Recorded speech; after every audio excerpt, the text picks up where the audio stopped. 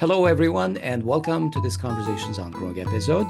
Today, we're interested in discussing Russia and its foreign politics, as well as the complicated relationship that the West maintains with Russia. So for this, we will soon be joined by Dr. Andrei Tsygankov, who is a professor of international relations at San Francisco State University. His book, Canceling Russia, the Ukraine War, and the Rise of the Western Hawks, just came out last month in January 2026 and analyzes Western hawkish views and reactions to Russia's invasion of Ukraine in 2022. But first, before Professor Tsygankov joins us, I wanted to thank you for listening to our shows. If this is the first time that you're catching us, please make sure you're subscribed to us on YouTube or whatever platform that you found us on. Thank you, and on with the show. Professor Tsygankov, welcome to the Groong podcast. Thank you for inviting me. Thank you. Welcome, Professor. Well, we're dying to talk about your book, but before that, this is your first time on our podcast. So would you tell us more about yourself, your work, and your interests? I'm a professor of international relations at San Francisco State University. I've been teaching here for 25 years, mostly courses on Russian foreign policy, international security. Foreign policy is my main expertise, so this is what I primarily teach. And I do research in the United States and Russia, and I spend time in both countries, and I maintain close ties with Russian research communities as well. Very good, very good. Well, let's dive into your book then. To our listeners, if you've been watching international media over the past few years, then you know about this phenomenon.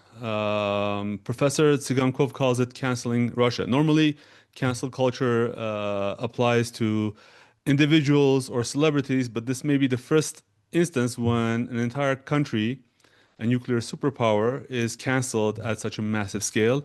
From artists to businessmen, from 19th century Russian authors to Olympic champions, a systematic effort is afloat to cancel anything Russian. Just today, actually, we learned that FIFA president Infantino was added to the infamous Mirotvorets database over his calls to reinstate Russia in football. And we're recording this in February 2026, and this is the fourth year since the Ukraine war began, and the efforts to cancel Russia are alive and well. Professor Tsygankov, how did this global movement begin, and how is it maintained at such a massive scale? Well, as any idea, it has multiple sources. And as a scholar of ideas, I'm fascinated with all these different currents. It has started with Ukrainian cultural figures calling to cancel Russia in their manifesto, but it actually has multiple roots. The idea of cancel culture, as you know, comes from the United States. It was developed in a particular context, specifically had to do with the presidential elections and spread in part from tragedies associated with the killing of George Floyd, several other developments, attempts to cancel monuments of American history.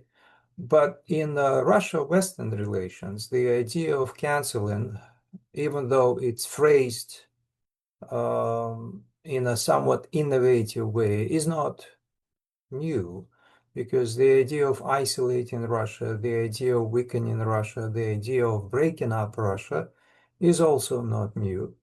It goes back centuries. It goes back to all kinds of developments in Russia-European relations. At the time, multiple representatives of Western culture, of European states in particular, British state even more particularly, but some other states as well, wanted to have Russia's status of great power taken away from it, and ultimately taking away some of Russian territories as well. You might recall the Crimean War that took place in the mid of 19th century.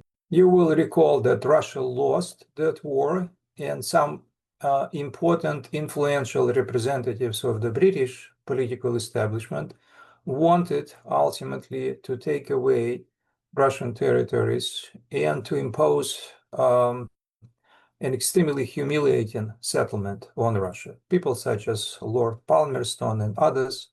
So this isn't really new. There were multiple representatives within the political establishment of European states, and then since the Cold War in the United States as well, it always wanted Russia to be more of a middle power than a great power. And these representatives continue to be influential today in the Western tradition and the American tradition. As you might have noticed, many within the political establishment in the West are of significant age. They still remember the Cold War. They still remember how they fought against the Soviet Union. Occasionally, you even have a slippage of their tongue when they call Russia the Soviet Union, even today. And that's because this memory is alive and well, and that's because they always wanted ultimately to defeat Russia in the Cold War. And when the Cold War was over, this trend did not go away. In some respects, it got consolidated and solidified. And when they did not see Russia moving in the direction of their preference, particularly in the 90s, and then when Vladimir Putin came to power in the year 2000, then soon after the middle of 2000s, they moved in a different direction. They began to pressure Russia in multiple ways, politically, economically, and then, of course, this trend got consolidated when the crisis in Ukraine broke out in 2014, when Russia annexed Crimea. In response, the West imposed economic sanctions. And this was the first step towards changing policy from, you might say, slowly and gradually integrating Russia in a limited way on your own terms, to more of a isolating Russia, to punishing Russia for what it did, and to ultimately hinting and indicating that if you don't behave, then there will be further attempts to downsize you, to make you behave, so to speak. And ultimately, the war in Ukraine became such an opportunity.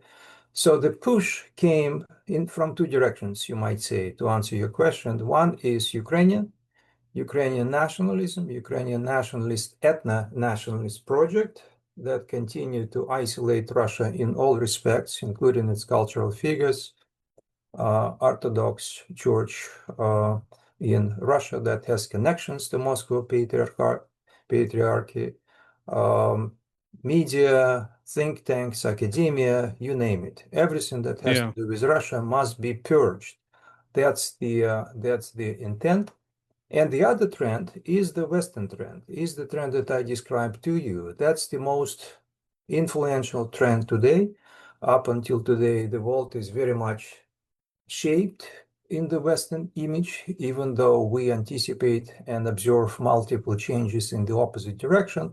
This trend is there, and the West continues to make sure to do the best it can to have Russia to follow its lead.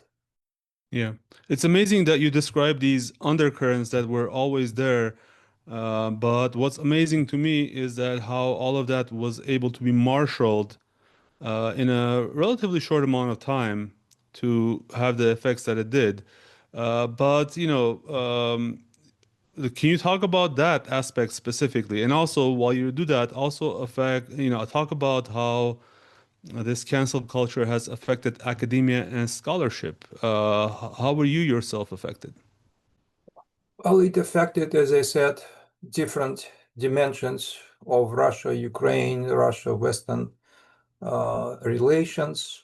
And the book has chapters specifically on the great power politics, on the internal structure of the Russian state, and how different currents within the West, particularly radical currents and Ukrainian nationalism, and not only Ukrainian, I might say, but generally speaking, Eastern European nationalism that has roots in the politics of the 19th century, and some of it stretching all the way to the 17th and 18th century, that simply believed that Russia as such as a state will always present a threat to us.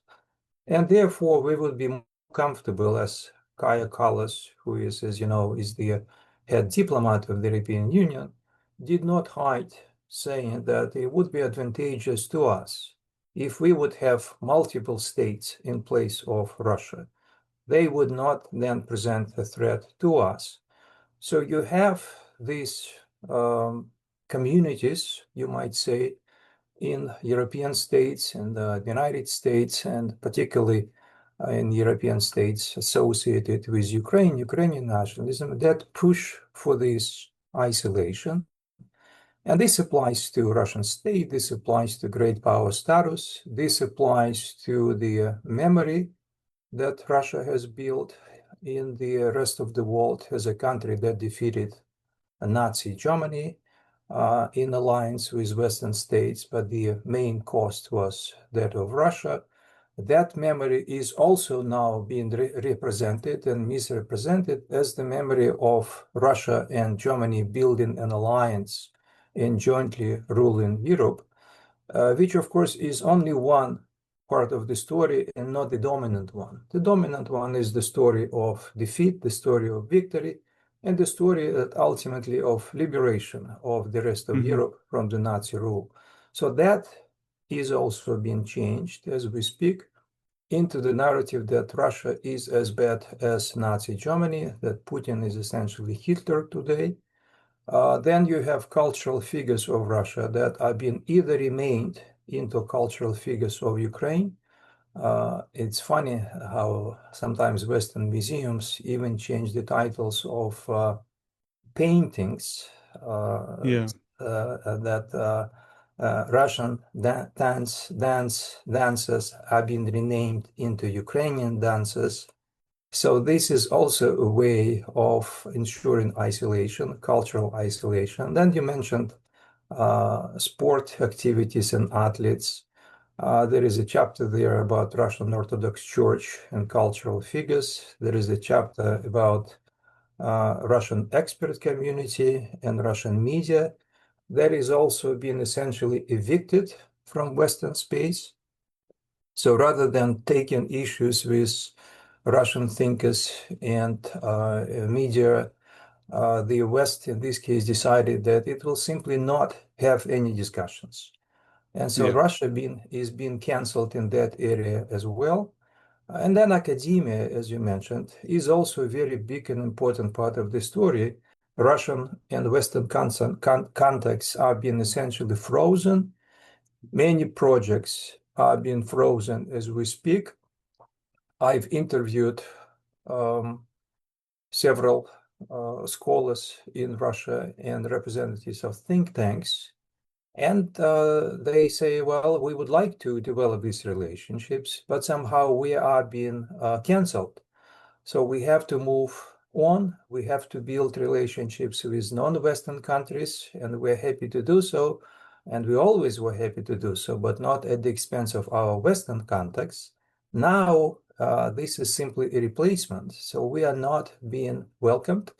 We are receiving letters when we apply, let's say, for or submit our publications to journals. Sometimes we are not recognized, we're not even acknowledged, and sometimes we're explicitly acknowledged as not being able to participate in this space. So you have a push from Ukraine as well, from Ukrainian Ministry of Education, from the office of Ukrainian president, and that push is then replicated across Western institutions, not all of them, but across sufficient number of Western institutions who are trying to isolate Russia. We're trying to not build any cultural, political, and scientific ties with Russian scholars simply because they are supposedly responsible for the war that Putin launched. All of us now, all Russians, are being responsible for the war, and therefore they must somehow, I'm assuming that's the logic, apply pressures on Vladimir Putin to stop the war, and then things will be back to normal. So that's one side of academia, and that's the side that has to do with preserving relations with Russian scholars. And I might add that this applies not only to social sciences. This applies not only to those of us who do research in politics, who do research in the politics of ideas, but that applies to hard sciences as well, to physics, to chemistry. These sciences have nothing to do with the politics of war whatsoever, and yet they are affected as well. And the other side of it is the notion of decolonization that is also introduced by Eastern European community, specifically by Ukraine, and it is now being exploited in Western institutions, particularly in the United States, as far as I know, that is used as a way to reframe research on Russia and reframe teaching of Russia. The idea being now is that we should study Russia as a colonizer.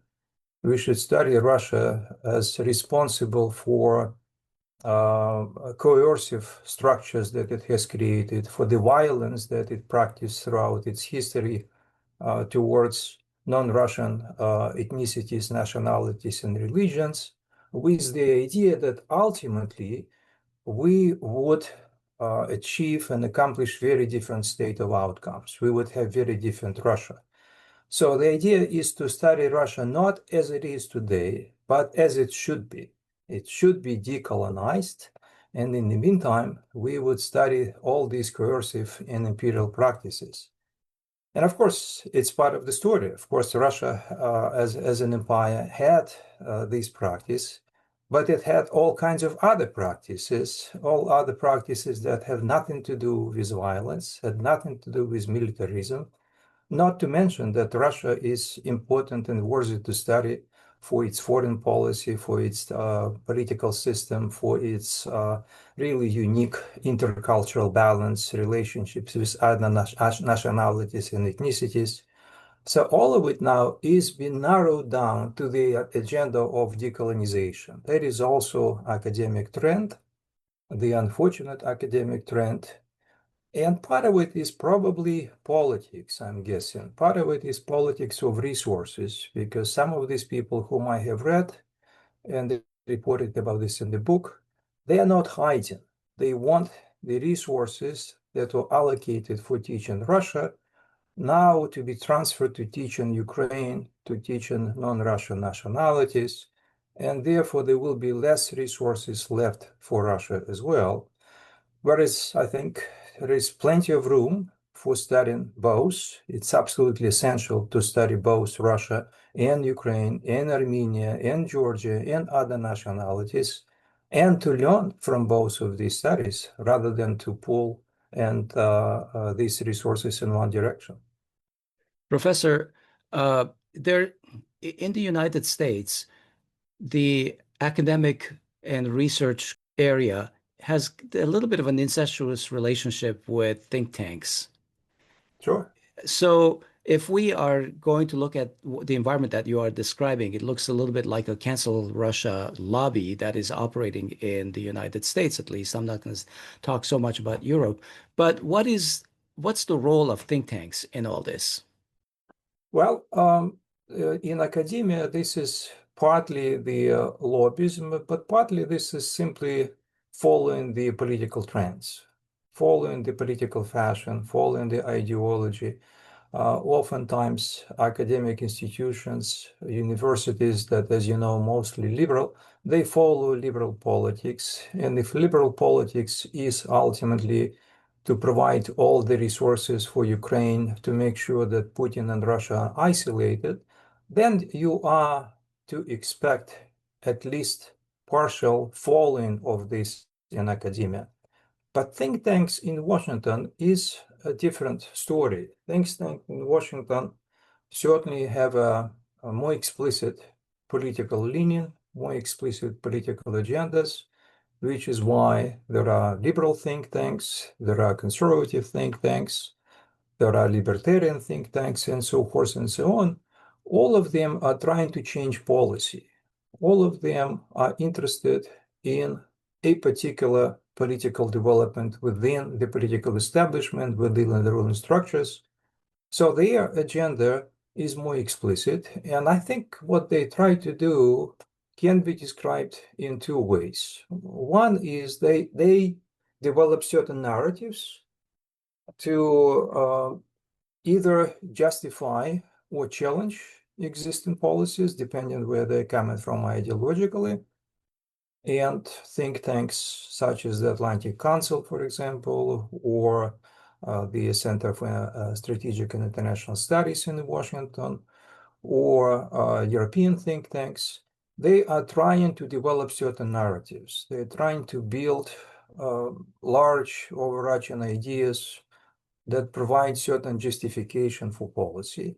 But there are also think tanks that are actually creating information.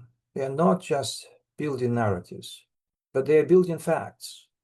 They are building facts, and they are then trying to promote these facts as the definitive basis from which to form policy.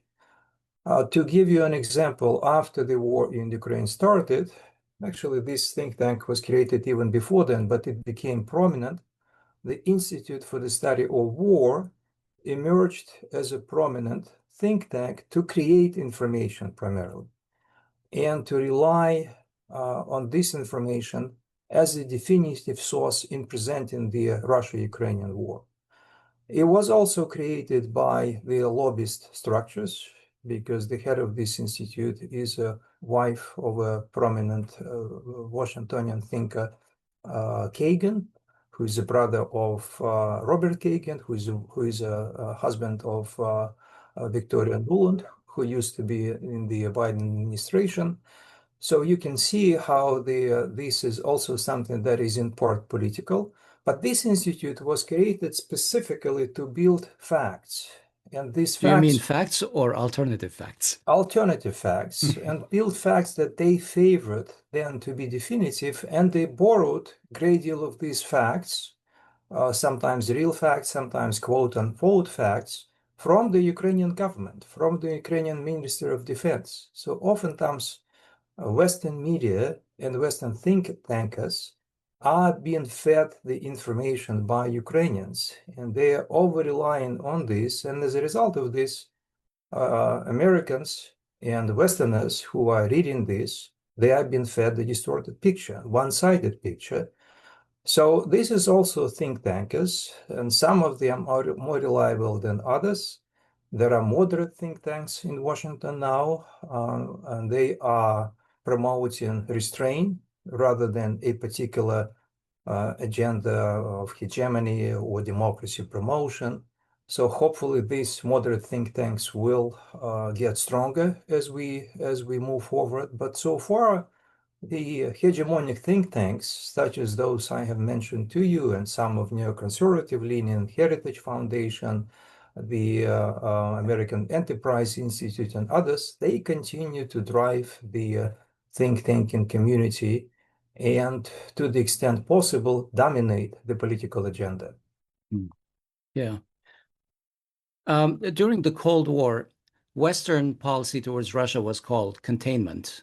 And then we had the unipower moment of the 90s when I think you mentioned that there was some effort to integrate Russia into the West. This is at a time when Russia was on its back foot, but it wasn't necessarily dead. And as Russia started consolidating its strength, and especially that was a moment of maybe isolation, which began with the rise of Putin. And after the invasion in 2022, you point out that the policy shifted towards coercive transformation. Can you talk a little bit about this trajectory and also tell us, did the West miss the boat for peaceful coexistence with Russia somewhere along the way?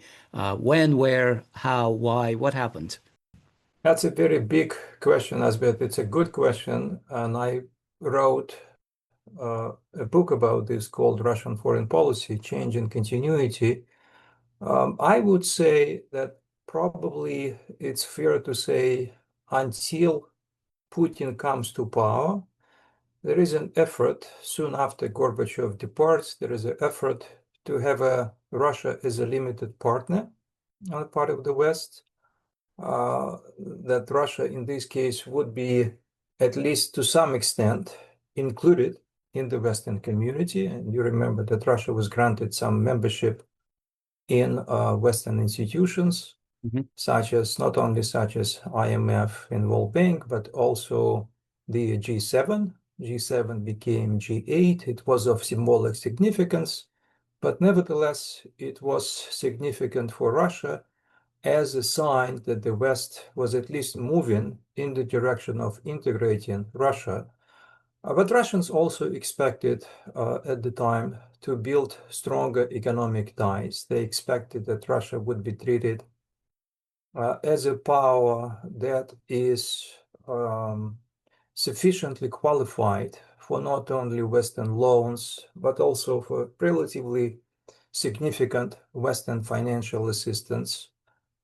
People such as Grigory Yavlinsky and several other prominent Russian economists were arguing at the time that there should be another Marshall Plan built for integrating Russia specifically, and that ultimately the West would benefit from this.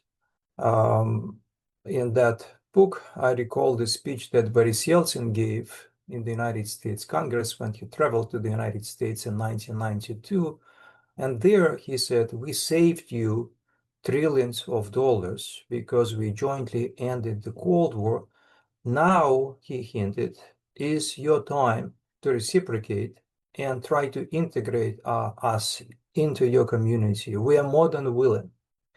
And historically, as you know, it's hard to find another example of Russia being as open to being integrated with the West as the 90s, as post-Gorbachev time when Boris Yeltsin came to power. The idea of strategic partnership with the West, full integration with the West, proclaimed as the quintessential course. But what the West did at the time was essentially limited attempt to integrate Russia. No significant Western assistance was proposed. Instead, shock therapy was advanced as a policy, the policy that, as you remember, had a disastrous record in Russia. Russia did not get a nearly sufficient amount of foreign investments. If you compare this to European states in Eastern and Central Europe, their Polish example is a case of success. Former Czechoslovakia, Czech Republic and Slovakia and Hungary were generally successful because they obtained a great deal of financial assistance, lots of A quick investment. question. Of course, Sure. Russia is much huger than those countries. Did the West actually have the resources to scale to the level of aiding Russia to where they could make the same difference, let's say, to Eastern Germany or Czechoslovakia at that time to Russia? Can I just also add something that Jeffrey Sachs has an interesting anecdote about this, where he says that he actually advocated for like a significant investment, and it was not, I believe, astronomical compared to Poland, but as opposed to Poland, in his case, they just sat on it, and then when later those documents were declassified, the meeting minutes of those meetings, it was just apparent that they simply just ignored those requests. They were not interested. Am I recalling that correctly? Yes, I think that's his argument. And of course, Hmm. he is the horse mouth, so to speak, because he was at the time consultant. He worked for the Western agencies and as a consultant for the Russian government. So he knows what he's talking about. Some of these investments, Asbeth is right, were not available at the time. Some of these investments were simply are not available by virtue of Russia being different in size and the market capacity than Eastern European states. And of course, for the West at the time, if you recall, this is the time when the Western economy was not doing so well, which is why George Bush Sr. lost the bid for the re-election, and Bill Clinton defeated him. So this was perhaps politically not the advantageous time to argue for massive assistance for Russia. Nevertheless, some of this assistance was available. With strategic thinking, it would have been possible to persuade the public that this is essential to integrate Russia, and it was essential. This is the opportunity lost, major opportunity lost that you asked me about. And what is worse, you might say, is that the advice that was provided was essentially misguided advice. The advice that was provided was that you have to essentially break up your economy by engaging into a conservative shock therapy doctrine. Yeah, massive privatization and so forth. Privatization as soon as you can, liberalization of prices as fast as you can, and fiscal discipline, and nothing else. As soon as you do this, there will be major and radical improvement in the economy. Well, Russians did this, at least a big part of this, and what they got was elimination of the middle class, breakup of the economy, rising crime and corruption, loans for share schemes and so forth and so on. But the industry did not recover. The restructuring of the economy did not take place because the state was viewed as a problem rather than a solution. So this misguided advice also contributed greatly to ultimately making things worse. And when Putin came to power in the year 2000 and proclaimed that the state will now return some of its functions, will rebuild its capacity in the economy and in the political sphere. Soon after this, he was being perceived differently by many in the West. I don't want to make it sound that the entire West wanted Russia weakened. No, I am describing one radical current within the West that ultimately wanted Russia weakened. People such as Dick Cheney, who was the first to welcome Boris Yeltsin because he wanted the Soviet Union to go. He wanted the Soviet breakup to take place. And his followers in the American Project for an American Century, who wanted ultimately to take advantage of Russian resources. These people relatively soon, already in the year 2003, 2004, I recall some of their publications, they sense that Putin is a potential problem for them, that Putin will take things in a different direction, that he will try to recover Russia as a major state, as a great power, and therefore we should do something about this. So this is the beginning of this transition that you asked me about, transition towards more coercive transformation policy. Now they were still hoping that there will be no need to use coercive methods, simply because Russia was already moving in a good direction. Perhaps we can send Putin some signals that he still should do this and this in order to not to exacerbate relationships with us. But if that doesn't work, then we will engage into selective containment strategy. We are used to this. We remember how it worked during the Cold War. We defeated the Soviet Union then and will defeat Putin's Russia now again.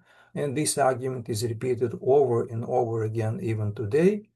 And then, of course, after 2014, and specifically after 22, the idea was that now Putin made the strategic blunder. It's a major mistake that he committed in Ukraine, and we'll take advantage of this. We will try to finish off Putin's power using Ukraine as a powerful political, economic, and military machine, military weapon. We'll provide all kinds of assistance to it, and ultimately Putin will have to give up and follow our direction.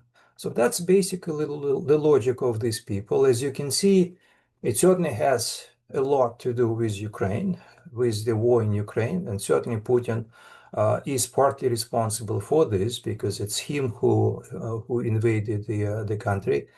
But they certainly took advantage of it to full extent. They used this in order to deal not only with peace in Ukraine. Up until today, the peace in Ukraine is not number one priority for them, but number one priority is to contain, downsize, and diminish status of Russia. So in the context of this coercive transformation or selective containment, It seems to me that maybe Trump is a little different. He seems to be more interested in doing business with Russia rather than together with the EU, completely isolating it, beating it down, and everything. I wanted to know your view, whether you think Trump is a seminal or strategic shift in US policy, or is this like an idiosyncratic Trump-centric effort that will go away with him? What are you reading in all this? Well, it remains to be seen whether this effort to rebuild relations with Russia will stay when Trump is gone. Soon enough, you and I will be able to see it. There are 3 more years, and then there will be another elections, and we'll see if these attempts will stay. My sense is that even if Trump is not successful now, he will not sever relationships with Russia and with Putin to the level of Biden or to the level of Trump's predecessors. It's just that it's just not the approach that he has. It's not his personality, and it's not the philosophy that he has developed that he called the art of the deal. The problem, I think, with Trump is that he doesn't know what he's doing in terms of rebuilding relationships with Russia and ending the war in Ukraine. He wants to develop all kinds of economic projects with Russia. He wants to rebuild the Arctics jointly. He wants to take advantage of Russia's mineral resources. He wants ultimately to develop some of the energy fields in the Far East, in Siberia, and permafrost area. Americans have this expertise. He wants to build more icebreakers. Americans so far are severely outgunned in terms of icebreakers. Russia dominates the Arctics. But when it comes to Ukraine, he doesn't really know how to end the war. He wants to end the war. Frankly, sometimes it seems to me that he doesn't care how to end it, as long as it's over. So he can go on to some other things. It's almost as if he proposed, remember, in the war in Gaza, we'll build really lucrative real estate here, there will be resort area and so forth and so on.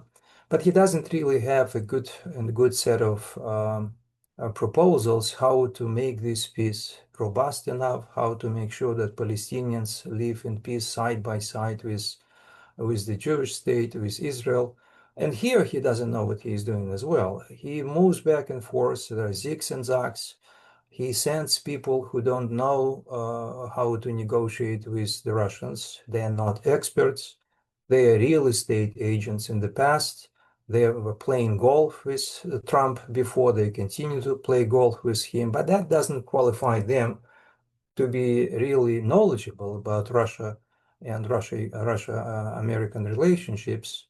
Or So, diplomacy, for that matter. or diplomacy, right? They participate in multiple negotiations in their life over various real estate, over various mergers and acquisition deals, but they don't know about diplomacy. So that's the problem. I participate in one conference in December with some really prominent experts who would be excellent to be a part of these negotiations on both sides, but specifically on the Western side. This was a Western conference.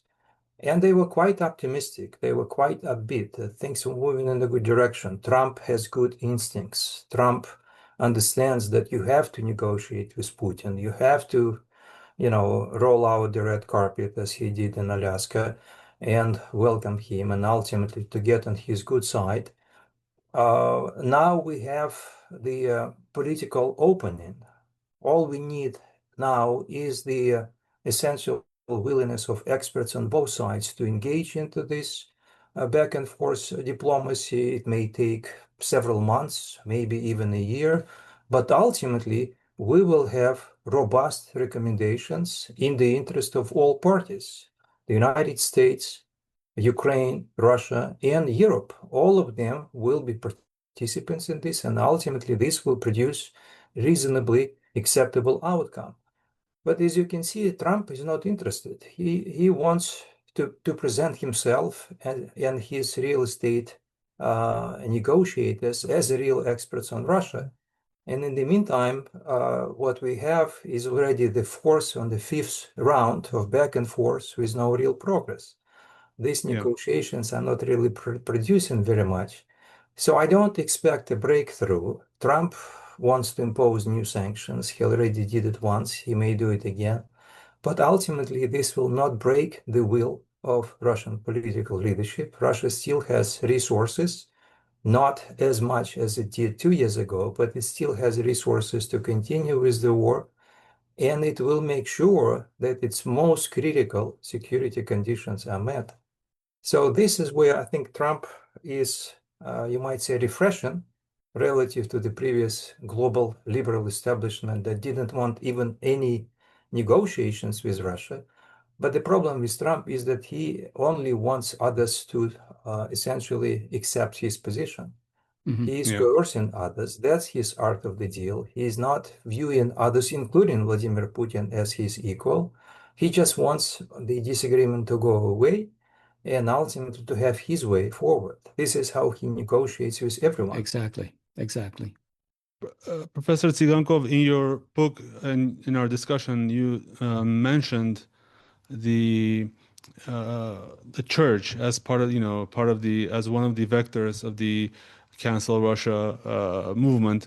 But I wanted to see if you could talk a little bit more in detail about that. For those who are not aware, as part of this war, the Ukrainian Orthodox Church became an autocephalous body. It's split from the Orthodox Church, the Russian Orthodox Church, and to me, it's fascinating how, like magic, that can happen. And some bishop or patriarch in Istanbul gave their okay, and now the entire church is co-opted, it seems. Of course, as an Armenian, we are going through our own similar process right now, but I don't want to go into that. But I want to just ask, was there any real underpinning to this separation of the churches? Was it an internal disagreement, or was it part of this strategy in terms of geopolitics to make Russia weaker, and especially with external, influence? Right. I think it's the latter rather than the former. It has much more to do with geopolitics than with real trends within the Ukrainian society, because there is a definitive statistics that before the war, specifically in the 2012, if I remember correctly, most parishes in Ukraine were parishes belonging to the Ukrainian Orthodox Church, Russian Orthodox Church at the time. So the church associated with the Moscow Patriarchy. Only the three regions of Ukraine, those that were annexed by Stalin in 1939, and they did not belong to the Russian Empire before, they did not belong to the Russian Orthodox Church. So the idea was ultimately to politically change the landscape, cultural landscape in Ukraine. And this is consistent with everything that has been done by Ukrainian cultural figures, Ukrainian nationalist politicians. The idea was ultimately to build Ukraine as anti-Russian identity. The Soviet Union collapsed, the empire collapsed, we now are being liberated, and we want to build our national identity as anti-Russian identity. Ultimately, it's about building new identity. The Soviet identity did not work, so what are we to build upon? Usually nationalism relies on at least two things. It relies on certain presentation of history, very self-serving presentation of history, and it relies on foreign enemies. Foreign enemies is a good scapegoat, and the bigger the enemy, the more likely you are, they think, to have a consolidated nation. So that's, to a great extent, explains Ukrainian trajectory. It certainly went in different directions. Ukraine, as you know, is a very diverse community, politically diverse as well. So you had pro-European trends as represented by people like first president of Ukraine, Leonid Kravchuk, and Viktor Yushchenko, and post-Yanukovych politicians, and Pyotr Poroshenko, and of course Zelensky. And you had those who wanted to have multi-vector policy by building stronger relationships with Russia, but not at the expense of relationships with Europe. And this is where Yanukovych and Kuchma belong to. But this trend was gradually severing relationships with Russia politically and culturally prevailed. It prevailed specifically after the Orange Revolution, after Yushchenko came to power and made Stepan Bandera the national hero of Ukraine and proclaimed that there will be new policies restricting Russian language and joining NATO and so forth and so on. This is the general trend within which Zelensky and others, in fact, even Poroshenko, acted when they tried to sever relationships with Russian Orthodox Church. Remember that it wasn't even Zelensky, it was Poroshenko who initiated the idea of Thomas, initiated the idea of rebuilding relationships with Constantinople, and therefore severing the relationships with Moscow. And then Zelensky continued in this manner, and ultimately created all kinds of incentives for Ukrainian nationalists to take away the property from Russian Orthodox Church, to even use physical violence against parishes that were associated with Russian Orthodox Church or Ukrainian Orthodox Church, even though Ukrainian Orthodox Church hierarchs clearly and definitively made statements after the war that they do not support the war, they do not want to be associated with the Kremlin's politics, and they are now building their own relationships with parishes, not with the Moscow Patriarchate. That did not make any difference. And the most recent developments are also astonishing. The head of the Ukrainian Orthodox Church, Metropolite Anupri, is being deprived of Ukrainian citizenship. So this is what President of Ukraine is doing. This is the leverage that, of course, has to do more with politics. To answer Hoivik's earlier question, this is not really bottom-up trends. This is top-down rather than bottom-up. This is what Zelensky's nationalist project is all about. Remember that this is not really the effort to build Ukraine as multinational, multilinguistic, and multi-religious community.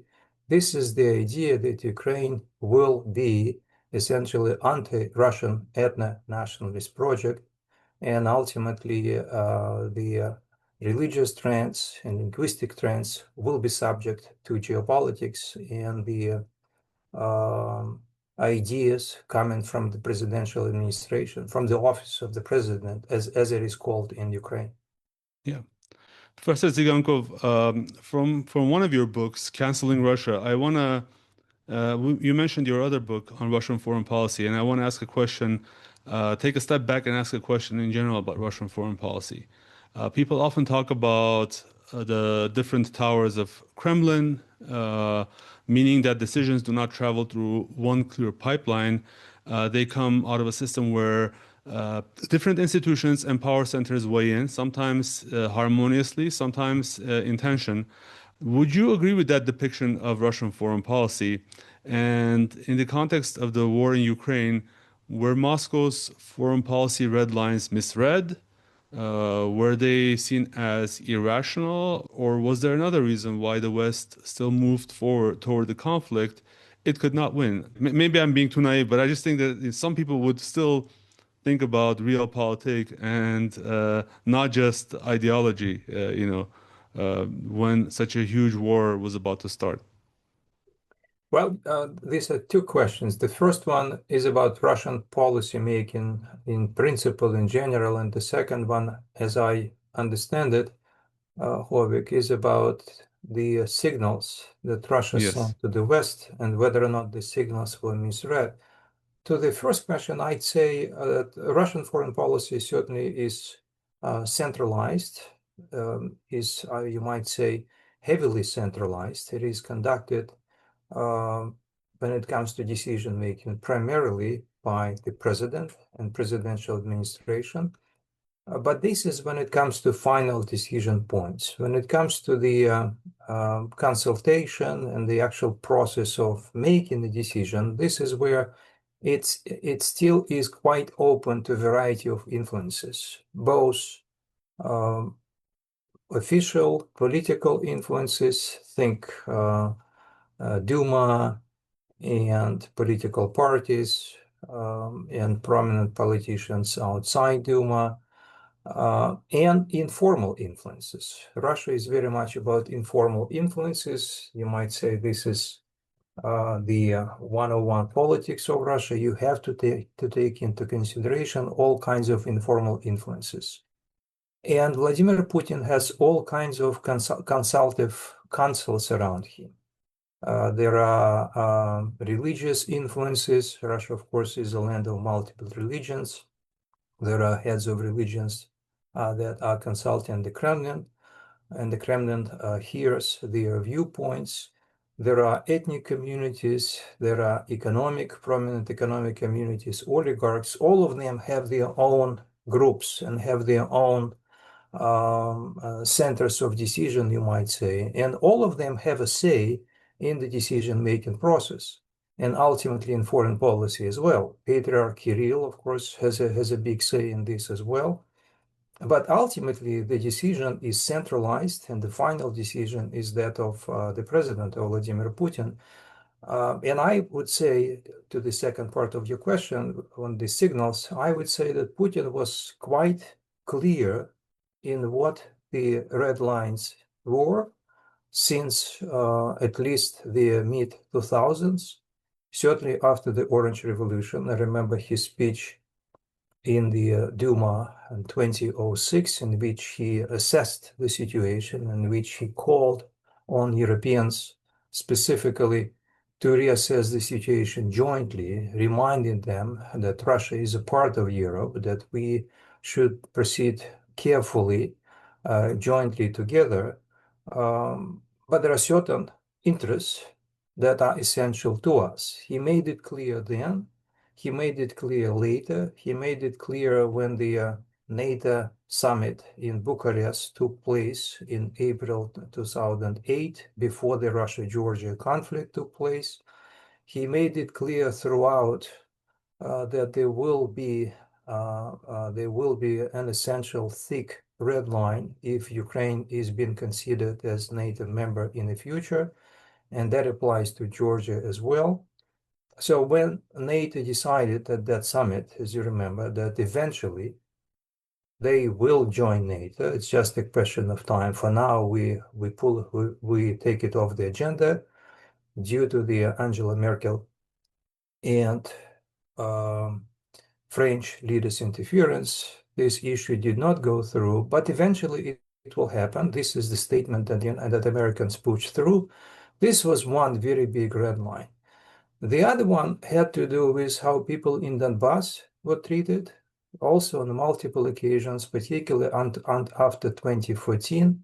Vladimir Putin and others in Russia tried to make it clear to the Western politicians that ultimately Minsk agreement must be accepted by the Ukrainian side. This is the only way to move forward towards compromise. And you remember what happened with Minsk agreement. Ultimately, it was brushed aside as well. This was another big red line, because in the meantime, Ukrainians also used force against people living in Donbass. They came and built fortification areas. They shelled these communities. And frankly, Vladimir Putin didn't do very much at the time to protect these communities. So this is one of the reasons why, even though people in Donbass suffered greatly as a result of this war, quite a few of them feel that at least he is doing something. So this is the reason why Sergei Lavrov, even today, is saying that yes, it's about NATO expansion, it's about Ukrainian neutrality, it's about Ukrainian hosting Western military bases on its territory, it's about accepting territories that we have so far under our control as Russian, but it's also very much about the status of Russian language in Ukraine, about the status of Russian Orthodox Church in Ukraine. It's about respecting the ability and the right of Ukrainians to speak their language and to practice the religion as they see fit. This is also a very clear red line. So I think it's not the question of misunderstanding the red lines. It's a question of whether or not the West is actually prepared to listen. Yeah. And that's part of the problem. As we said earlier, as a result of the Cold War, as a result of Russia being as weak as it was on the verge of disintegration in the 90s, many in the West decided that why should we? I mean, this country is already done, right? It's not going anywhere. As long as we secure loose nukes in Russia, as long as we make sure that our guy is there, either Boris Yeltsin or someone else, Alexei Navalny or someone else, it should be okay. We should not do anything else that Putin is saying. He's either not able to deliver or he's bluffing. Yeah. Russia is much weaker than he says it is, and therefore, he will make some hot air, but he will not act on his threats. And so all these red lines were clearly articulated, but they were ignored. In your book, you mentioned how Russia in the mid 2010s essentially turned to the idea of state civilization as a transnational concept for combating ethno-nationalism and separatist pressures that used to crop up from time to time. Can you tell us more about that concept? And is it only valid as an internal Russian concept, or can it also work externally? Yeah, it's a good and large question. Again, I'll try to be brief here. The idea of civilization, of course, has both internal and external dimension. Russia historically has been built as a multi-ethnic and multi-religious community, which, as you know, is not easy to sustain, right? It used to be the case when Russia was the Soviet Union that this was 50-50. Ethnic balance was 50-50, 50% being Russians and 50% of non-Russians. Now it's changed in favor of more than 80% Russians, but it still is the old tradition, the old historical tradition of maintaining balance of inter-ethnic, inter-religious, and other cultural influences inside the country. And therefore, you need to have some unifying idea. You need to have something that would appeal to both Russians and non-Russians. And the idea that we have a common destiny, that we can live side by side because we have a common past and prosperous future, is what I think the idea of civilization is based upon. So this is at least the Russian version of civilization. Huntingtonian version is different because Huntington is largely talking about the religion-centered civilizations, which is why for him Russia is Orthodox civilization. But Russia historically certainly has been Orthodox. Russia since the 10th century borrowed the spiritual power, its faith from Byzantium. So it is in part Orthodox and Slav-based, but it also built all kinds of relationships historically with different ethnic groups. It was under the almost 300 years influence of Asia, meaning the old Golden Horde Mongols. It built all kinds of complex relationships with Tatars, with people of non-Islamic communities as well. As we said earlier, it has representatives of all religions inside the country.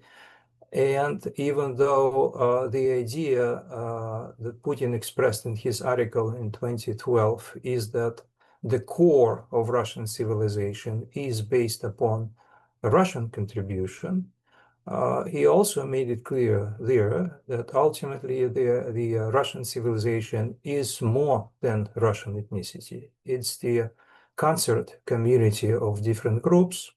And interestingly enough, speaking of decision making, Tatars were able to successfully lobby that the idea of the Russian core be removed from the concept of Russia as a state civilization. So that idea is no longer there. So it became an even more multinational and multi-ethnic than it was even intended by Vladimir Putin initially. And of course, there is the external dimension to it. The external dimension is that now Russia appeals to the rest of the world as a civilization of its own, rather than a part of the West. So this is in part to send a message to both Western and non-Western communities that Russia wants to be viewed as centered on its own values, on its own tradition. And it's also a sign to non-Western communities that Russia is interested to reach out, to build meaningful dialogue with China, with the Islamic world, with its neighbors in Central Asia and Caucasus and elsewhere. And ultimately, one idea that has been promoted by the Kremlin, potentially fruitful, is the idea of the Greater Eurasia. So there would be different communities mutually respectful of each other cultural and political sovereignty, but building common economic and potentially in the future even geopolitical space as a concert of civilizations, you might say. Some thinkers in Russia would say civilization of civilizations. So Russia in this case would be an area from which to advance a dialogue, political and cultural dialogue with different civilizations. Yeah. So that's the external legitimacy of it. And then you can add to this also the idea of challenging the Western record with the non-Western world, the idea of appealing to Africa and Asia that were previously colonized by the West, that we, at least outside Eurasia, were not involved in any of these colonization practices, and therefore we are a civilization that is more reputable for building economic relationships with us moving forward. And that helped Russia as well in foreign policy and continues to be an asset, ideas-based asset. Professor, over the past decade, international politics has started to look a little bit less like a rule-based system and more like a contest of power where the lines get tested and precedent matters less and less. Donald Trump has often pushed this style to an extreme with sudden shifts, public threats, policies that can feel personal, improvised, or as they call it, transactional. You can see the arc from, of course, everything that we are talking about, forcing control over Greenland to repeated escalations with Iran, these negotiations that constantly, I'm referring to tariff negotiations, which come and go by the day, and even the kidnapping of Nicolas Maduro. First of all, what do you attribute this degradation of the so-called international order into a law of the jungle? And what did you think of Mark Carney's speech in Davos? Well, Mark Carney's speech, of course, is perhaps the best articulation of the fact that most nations now are not only disappointed with Trump, but they are developing the conviction that the United States cannot be trusted in principle, and they have to build their relationships outside the West and without the United States and outside the United States to the extent possible. This is, as he said, not just transition from the rule-based order, this is a rupture. And this rupture is indicative of not only Trump, but of the fact that the United States will not be able to rebuild its position. And ultimately, Canada and others will have to build their own network of relationships, in part with the United States, but mostly outside the United States. This, I think, is why it was so highly received, this speech, because it was mostly not only about disappointments with Donald Trump, but it had an agenda and it had a particular program of how to move forward. You may disagree with this agenda, but it certainly was a blueprint on how to rebuild relationships with the outside world, outside the United States, even if you're not a great power. The appeal was to middle powers. But the other question that you ask is, what are the roots of this? Mhm. The roots of this are, again, in the shallow West-centered, liberal-centered globalization as it was advanced by Trump's predecessors, because it did not benefit the American workers, essential communities, not nearly as much as it is to prevent someone like Donald Trump from coming to power. Donald Trump is only to some extent global phenomena, but he is first and foremost domestic phenomena, American phenomena, and he wants to send a message first and foremost to liberal elites. He is coming to power on the disappointment in Joe Biden and his predecessors' global liberalization policies.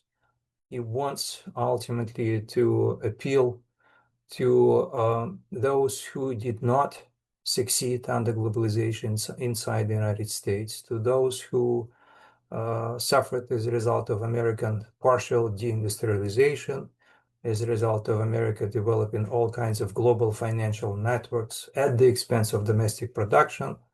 He wants to rebuild American industry. He wants to rebuild American borders. He wants to make sure that there will be less or no more illegal immigration into the country. So he is coming forward as an American nationalist, as someone who wants to rebuild America on nationalist principles, hence his principle America first. And of course, to the extent that it represents these communities, it is irreversible. To this extent, Trump's successors will have somehow to appeal to these communities as well, which is why securing border, despite all the abuse and violence from the ICE, securing border remains popular in the United States.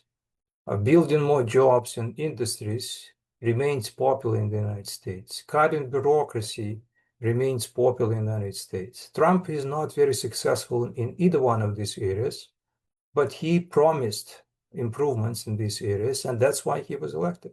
Professor, in this might makes right climate, do you see Russia slipping into the same mode as, for example, this environment where America cannot be trusted, you said, or do you see it trying to form coalitions to shore up the international order so that there's more of a rule-based environment? So, for example, Trump has formed this board of peace for Gaza, and he has brought in a bunch of countries like Armenia, Azerbaijan, Right. Saudi Arabia, etc. But the greater powers like Russia, China, France, Germany, etc., are not really participating in this. Russia is not participating in this.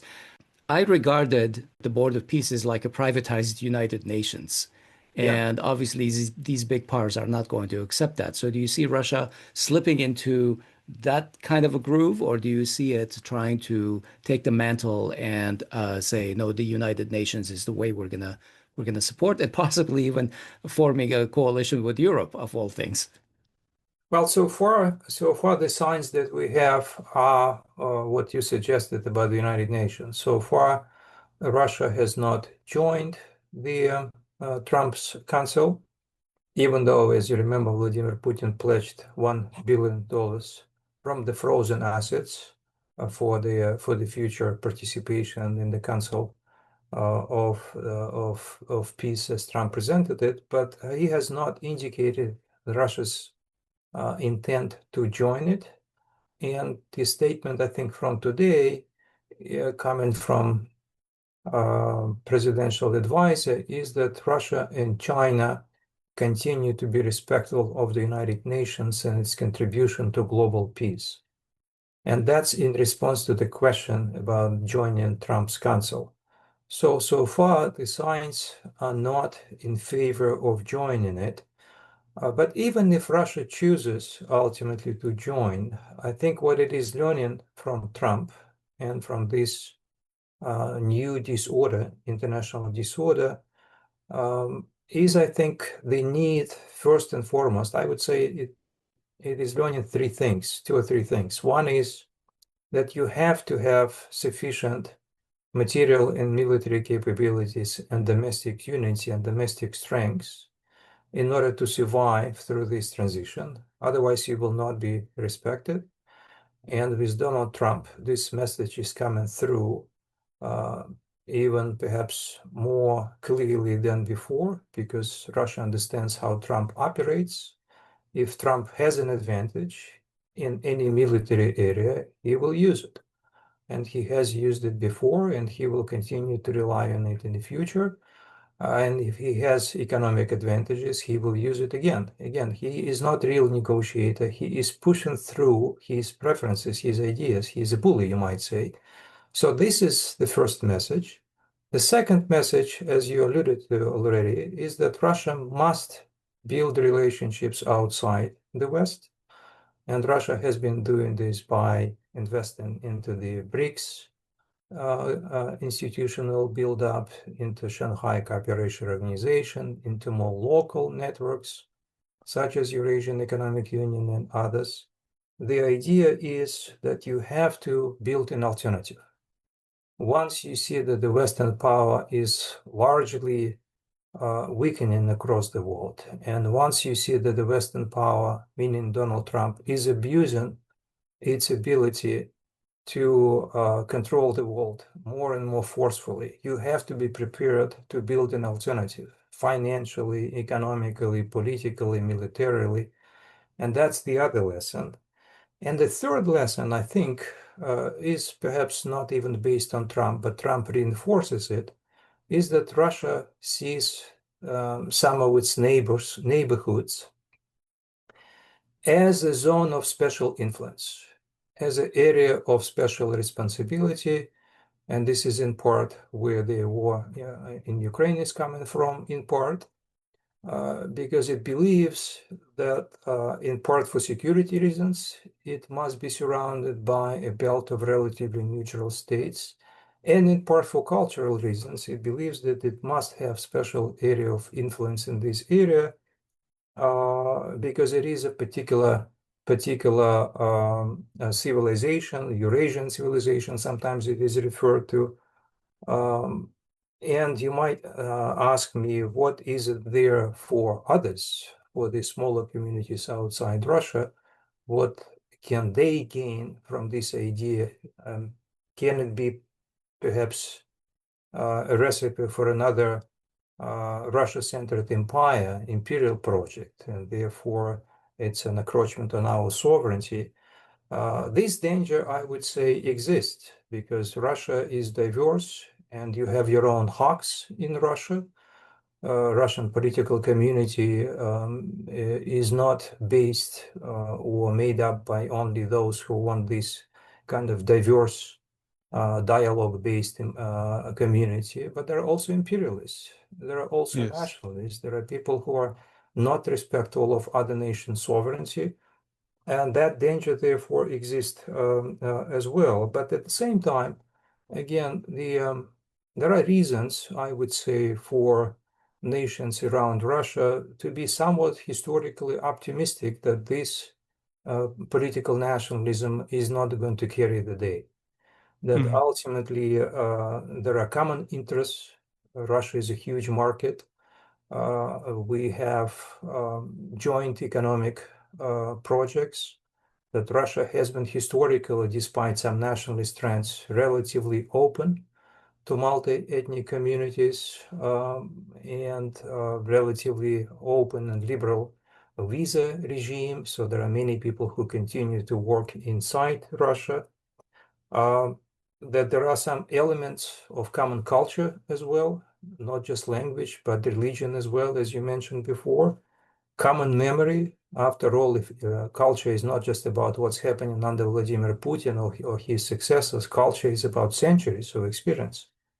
And Armenians and Georgians and Central Asian communities, they all have their own memories of some abuses by Russian imperial power, but also some really joint victories, fighting against common enemies and building joint economic projects and common prosperity as well. And ultimately developing autonomies, representations for different communities, their voices. So this is also something that I would hope that leaders of middle powers around Russia would remember, and ultimately invest into the idea of Greater Eurasia. This idea was promoted by Russian experts, but you and representatives of middle powers around Russia could contribute to this idea their own meanings, and through these expert discussions, political discussions, media discussions, this idea of Greater Eurasia will be less Russia-centered and more multinational. And ultimately, hopefully, this would be also advantageous to all nations in this Yeah. region. All right. Well, that is a very interesting note to close on and gives us a lot to think about. We abused a lot of your time today, Professor Tsygankov. So thank you from the bottom of our hearts, and we hope that our listeners and viewers find this discussion interesting. Yeah, So let's leave it fascinating here for today. conversation. Thank you so much. Thank you. Thank you. And best of luck for your book and for we will put the links to Professor Tsygankov's books in our show notes as well as the description of this video in case you want to quickly access it. I think I found it very interesting, especially the Canceling Russia book. I found very interesting to go through a lot of it, so I would highly recommend. Thank you. Thank you guys very much. Thank you for your interest. Bye-bye. Bye-bye. Okay, well, what a fascinating conversation. We recorded this show on February 4, 2026. We've been talking with Andrei Tsygankov, who is a professor of international relations at San Francisco State University. He studies Russian foreign policy, international relations theory, and Western perceptions of Russia. His books include Russia's Foreign Policy, a trilogy of Russian international relations theory, and Canceling Russia, which just came out like a month ago. For more information, we will put all these links in our show notes, podcasts.groong.org/episode number. I'm Asbed Bedrosian in Los Angeles. And I'm Hovik Monocharian in occupied Yerevan. Don't forget to like, comment, share, and subscribe. Thank you for listening and watching, and have a great day. Talk to you soon. Bye-bye.